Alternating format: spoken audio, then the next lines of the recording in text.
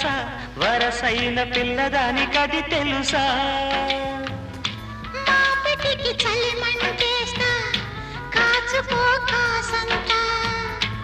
ఎందుకే నన్ను ఎగదోస్తా అందుకే పడి చస్తా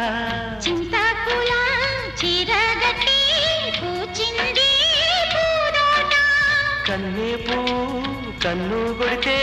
తుమ్మెదకు దొంగాట దోబూచిలి ఆట పట్టి తెచ్చానులే పండు వెన్నెల్లి నేనే